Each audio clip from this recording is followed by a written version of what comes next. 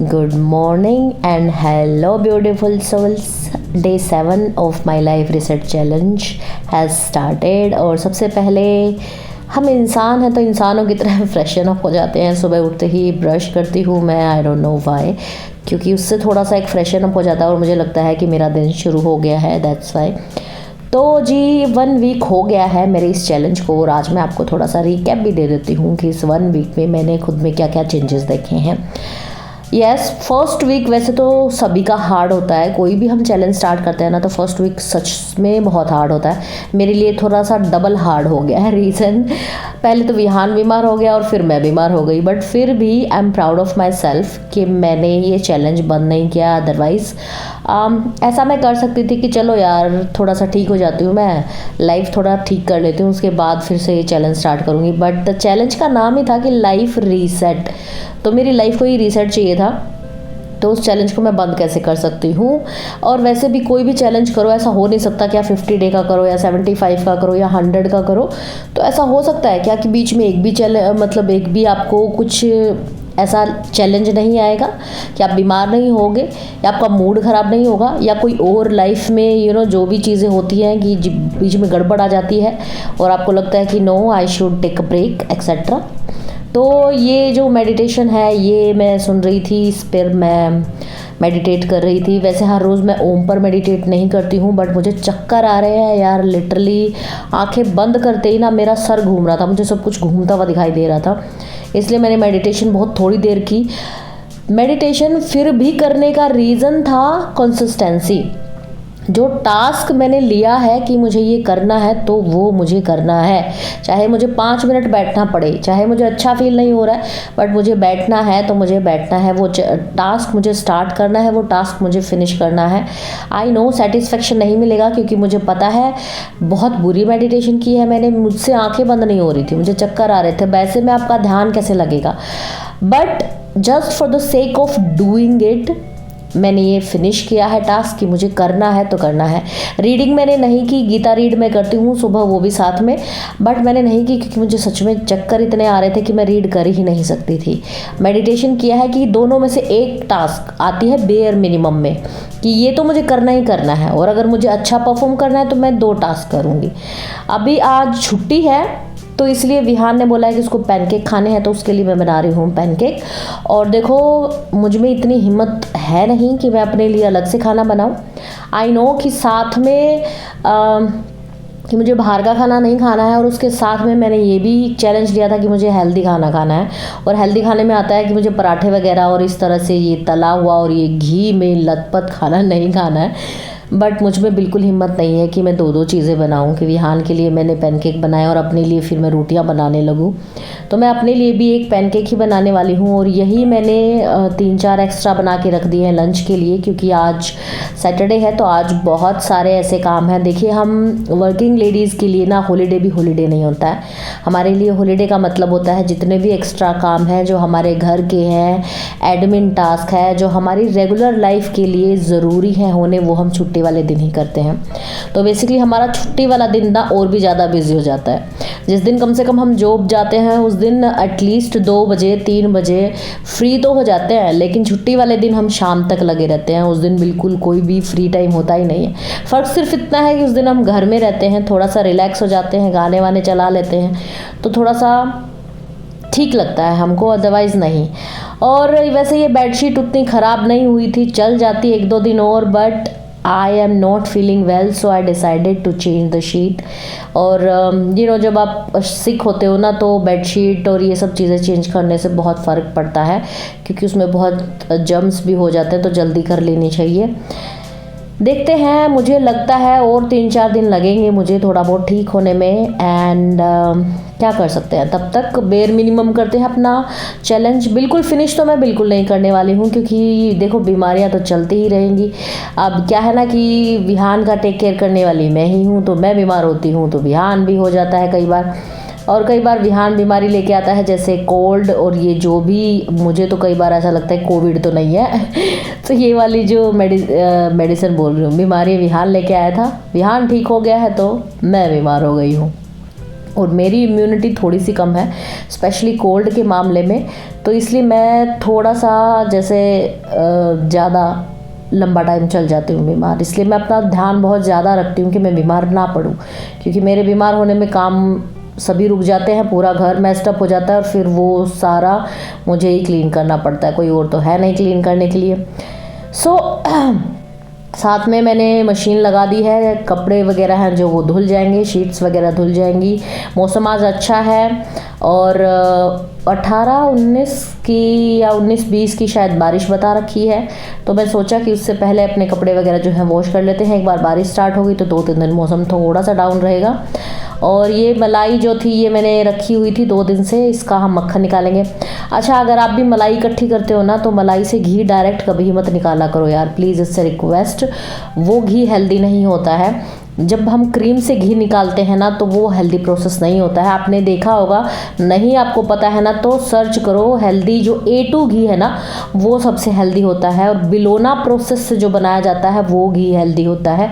अब बिलोना प्रोसेस कौन सा होता है? बिलोना प्रोसेस का मतलब है जो आपकी मलाई है उसको थोड़ा सा हीटअप करके उसमें दही डालो और उस मलाई की आपने दही जमानी है और उसके बाद मक्खन निकालना है। एक तो ये हेल्दी तरीका है घी निकालने का, और दूसरा जो है इस तरह से जब आप घी निकालोगे तो वो A2 घी हो जाता है, और तीसरा बहुत जल्दी घी निकलता है। जब आप मलाई से डायरेक्ट घी निकालोगे ना तो उसको घुमाते रहो, घी नहीं निकलता है। तो ये 5-7 मिनट बचाने के चक्कर में जब आप इतना एफर्ट कर ही रहे हो कि हर रोज़ मलाई इकट्ठा कर रहे हो तो थोड़ा सा एफर्ट और लगा लो भाई।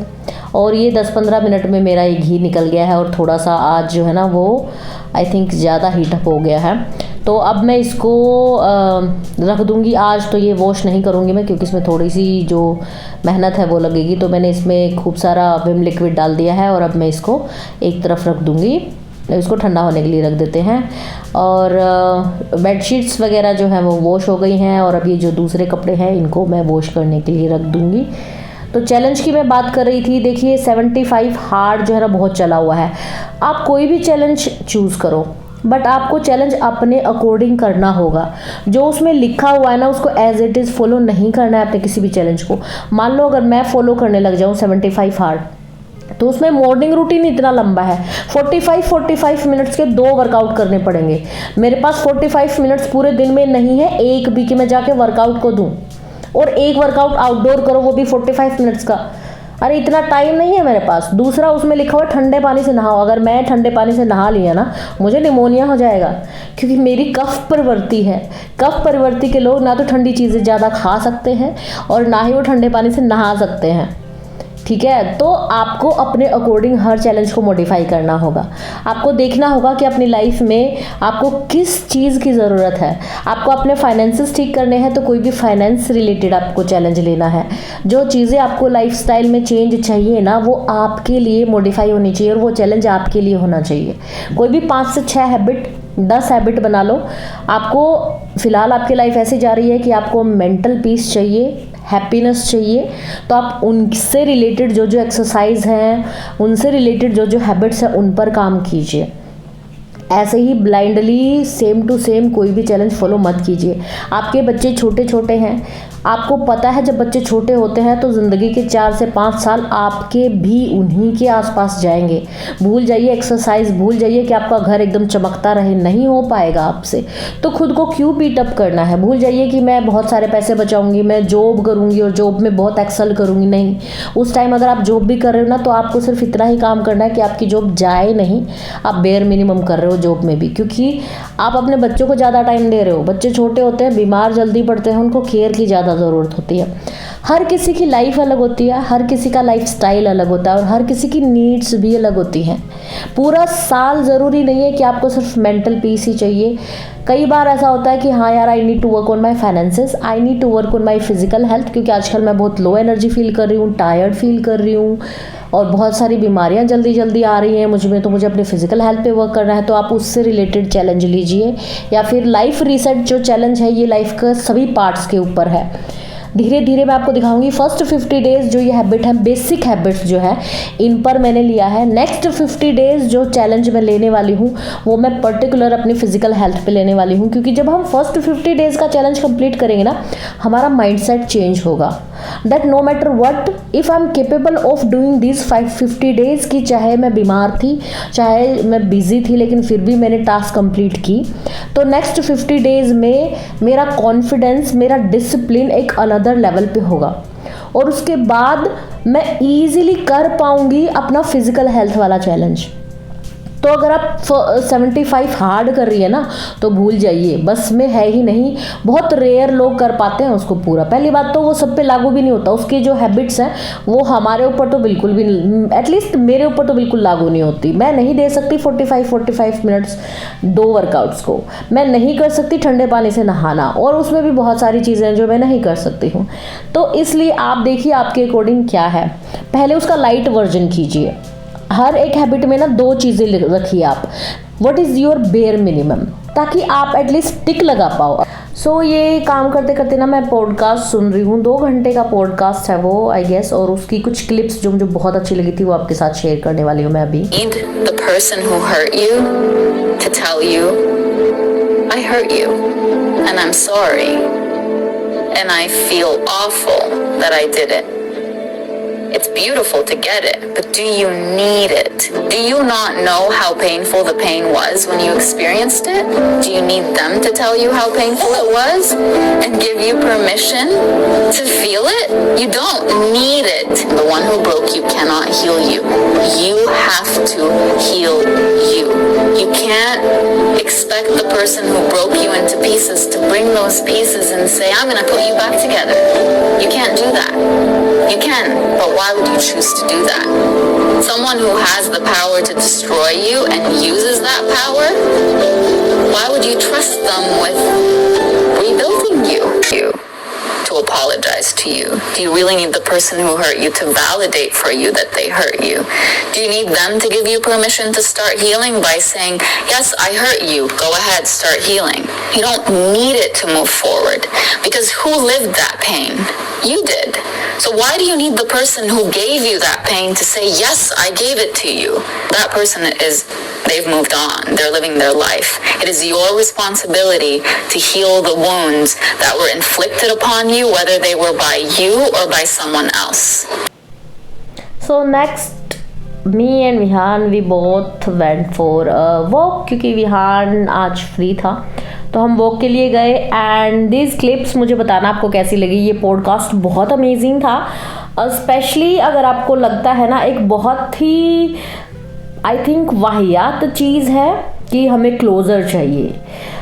वो इंसान जिसने हमें हर्ट किया है, चाहे वो कोई भी हो, आपके रिलेटिव्स हो सकते हैं, सास हो सकती है, ननंद हो सकती है, फ्रेंड हो सकता है, और बॉयफ्रेंड हो सकता है, हस्बैंड हो सकता है, हमें उनसे क्लोज़र चाहिए होता है। मुझे समझ नहीं आता क्यों चाहिए होता है आपको क्लोज़र का। मतलब ये है कि वो इंसान आके माने कि उसने आपको हर्ट किया, कि आपको नहीं पता कि किसने आपको हर्ट किया है। अगर आपको हर्ट हो रहा है तो आपको क्यों चाहिए कि हर्ट करने वाला इंसान आपको सॉरी आके बोले या रिकग्नाइज करे कि हाँ मैंने हर्ट किया है, मुझसे गलती होगी, मैं बहुत बुरा इंसान हूँ। तो क्या बदल जाएगा उससे आपकी ज़िंदगी में? आपका हर्ट बदल जाएगा, आपका टाइम जो आपने वेस्ट किया है उस हर्ट में वो बदल जाएगा। वाई वी नीड क्लोज़र, ये हमें सोचना चाहिए क्लोज़र से पहले, ठीक है। हीलिंग का मतलब ये नहीं होता क्लोज़र के बाद ही हील करोगे। इस बारे में था ये podcast and it was really I opening.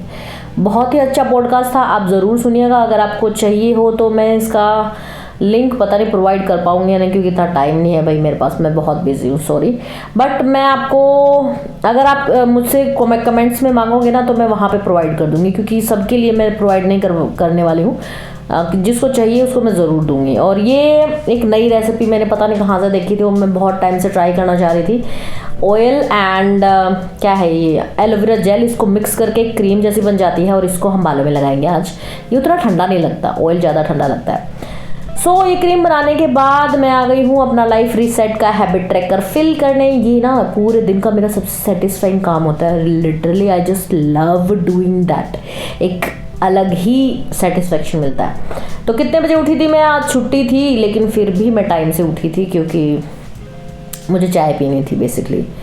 मुझे बुरा फील हो रहा था, दैट्स वाई। मेडिटेशन मैंने की, गीता रीडिंग मैंने नहीं की, so only 1 tick. Dry fruits yes I did eat, क्योंकि मेरी बॉडी को सबसे ज़्यादा उन्हीं की ज़रूरत है right now. Next is walk yes, मैं विहान के साथ वॉक करने गई थी शाम को, उसकी क्लिप भी मैंने शूट की थी for a change. No spend yes, कोई चवन्नी खर्च नहीं किया आज मैंने, I am proud of myself. No eat out, कोई बाहर का खाना नहीं खाया, और वैसे तो मैंने हेल्दी खाना भी नहीं खाया, बट मुझे आज सच में हैवी खाने की ज़रूरत थी, भाई मेरी बॉडी को ज़रूरत है। So and next is 2 hours hustle, जी हाँ बीमार होने के बावजूद भी मैंने शूटिंग की है, आज मैं शूट कर रही थी क्लिप्स। सो एंड मैं बिज़ी भी बहुत थी, फिर भी मैंने शूटिंग की, बहुत सारे काम किए मैंने आज शूटिंग के साथ साथ। जब आप पता है काम करते हो साथ में शूटिंग करते हो ना, तो वो काम डिले बहुत होता है, आप इजीली नहीं कर पाते हो कि एक बार वहाँ गए एक बार वहाँ गए, आपको देखना होता है कौन कौन सी क्लिप आपने शूट की और फिर साथ साथ में कैमरा लेके घूमना होता है, थोड़ा सा बर्डन वाला काम है, स्पेशली जब आप बीमार हो। यू नो व्हाट, आजकल मैं ना खुद के लिए मेरी बहुत रिस्पेक्ट बढ़ गई है, और साथ में अभी देखो मैं बहुत थक गई हूँ, तो हाँ डेफिनेटली मैं 11 बजे तक सो जाऊँगी, और उसके बाद आज का दिन एवरेज था। Obviously I am not feeling well, so I can not be happy, but आज मैं बिना वजह सैड नहीं थी, मेरा मूड आज काफ़ी अच्छा था, एंड दैट्स गुड। तो ये है हैबिट ट्रैकर। अभी बना लेते हैं टू डू लिस्ट कल के लिए कि कल हम क्या क्या तीर मारेंगे। पता है जब हम वीडियो मैंने कहीं पढ़ा था कि भगवान 2 वक्त पर हंसता है, एक तो जब हम फ्यूचर की प्लानिंग करते हैं, दूसरा जब हम अलार्म लगाते हैं, क्योंकि हमें नहीं पता अगली सुबह हम देखेंगे या नहीं, बट फिर भी हम अलार्म लगा रहे होते हैं कि कल हम ये करेंगे। और दूसरा जब हम फ्यूचर की प्लानिंग करते हैं कि 5 साल बाद हम ये करेंगे, 10 साल बाद हम ये करेंगे। पर क्या कर सकते हैं, अब जीना है तो ऐसा थोड़ी ना, मतलब बोलते हैं कि ऐसे जियो जैसे आज का दिन आखिरी हो। अगर मेरा आज का दिन आखिरी हो ना, तो ये जो मैं लिख रही हूँ बिल्कुल ना करूँ, लेकिन ये करे बिना काम नहीं चलता। अगर आज का दिन आखिरी हो तो मैं ये क्यों करूँगी, अगला दिन संडे मैं सफाई करते हुए थोड़ी ना बिता दूँगी अगर मेरा संडे आखिरी दिन होगा तो। लेकिन अगर आखिरी नहीं है तो मंडे को पूरा घर मैस होगा, उसको कौन क्लीन करेगा। तो कई चीज़ें ना ऐसी वाहियात होती हैं, वो सुनने में अच्छी लगती हैं बट प्रैक्टिकल नहीं होती हैं। तो ये है मेरी to do list for tomorrow, जिसमें बहुत सारी क्लीनिंग है। मेरी संडे रीसेट की बहुत सारी मैंने वीडियोस शूट की हैं, यू कैन वॉच देम, क्योंकि देखो मुझे ना कल बहुत सारी क्लीनिंग करनी है और मेरी तबीयत बिल्कुल ठीक नहीं है, तो कल मैं बिल्कुल शूट नहीं करने वाली हूँ। आज शूटिंग करने में मुझे नानी याद आ गई, क्योंकि ये हर जगह कैमरा उठा के घूमना, उसको सेट करना और फिर वो काम करना, इट्स रियली टाइम कंज्यूमिंग। और कल तो मुझे क्लीनिंग करनी है, तो इतनी हिम्मत नहीं है मुझ में, तो कल मैं शूट नहीं करने वाली हूँ। और कल मुझे वैसे भी sit and talk video shoot करनी है एक स्पॉन्सरशिप के लिए, वो वीडियो जाएगी कल, तो इसलिए मे बी डे वाली मैं वीडियो शूट नहीं करूँगी, but I am going to follow all my routine, जो भी मेरी 12 हैबिट्स है। और ये मेरा पॉडकास्ट रहता है अभी, बाकी इसको मैं कंप्लीट करूँगी, उसके बाद मैं सो जाऊँगी। तो ये था आज का व्लॉग। देखो इतनी मेहनत से बीमार होने के बावजूद अपना पूरा व्लॉग मैंने शूट किया है, उसके लिए प्लीज़ इस वीडियो को ज़्यादा लाइक देना और कमेंट ज़रूर करना, जिससे मेरी हिम्मत बढ़े। लाइक शेयर सब्सक्राइब करना मत भूलना। अपना ध्यान रखिए, बाय।